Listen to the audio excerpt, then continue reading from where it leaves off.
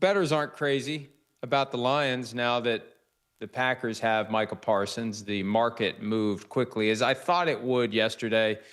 The Packers are now the favorites in the NFC North. They had been at plus 200 behind the Lions. There you see on the left. After, the Packers are plus 165. And the Vikings and the Bears are longer shots as well, because now the Packers are going to be viewed as the team to beat. And, you know, we didn't mention this earlier. 1 month from last night, the Cowboys and the Packers get together at A&T Stadium on Sunday Night Football. Peacock and NBC. Wow.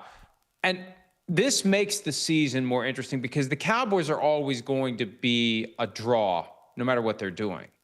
Now you take one of their players and you put them on another team, and that team becomes far more interesting. Good Lord, Packers at Steelers week 8 on NBC and Peacock. Micah Parsons chasing Aaron Rodgers around. Are you kidding me?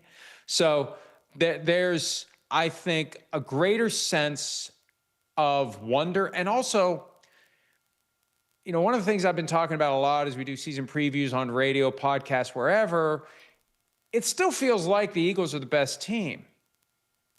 And this actually wasn't a good move for the Eagles, because you take this great chess piece that the Cowboys had, and they weren't going to get in a position where they could threaten the Eagles with Micah Parsons.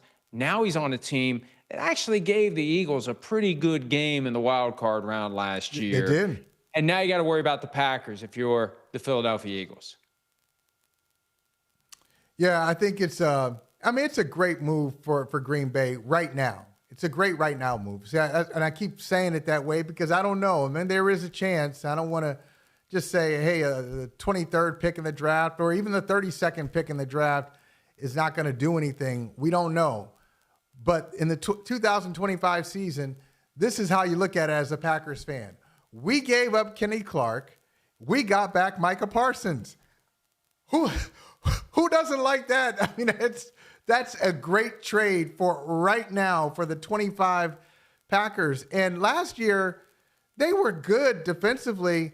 Their defensive coordinator, I saw him here. He used to be the head coach of Boston College, Jeff Hafley.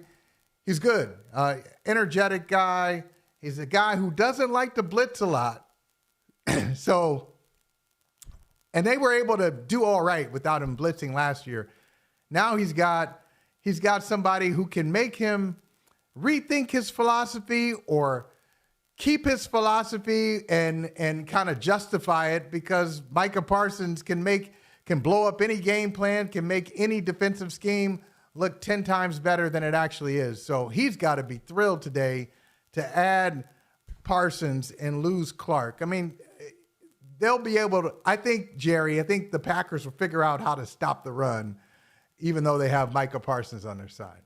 Here's another reason why it's good for the Packers in 2025. Because the trade happened after the draft, the Packers also have first-round receiver Matthew Golden. Because if this opportunity had come their way before the draft, yeah, take our first-round pick this year and next year. That's another reason why.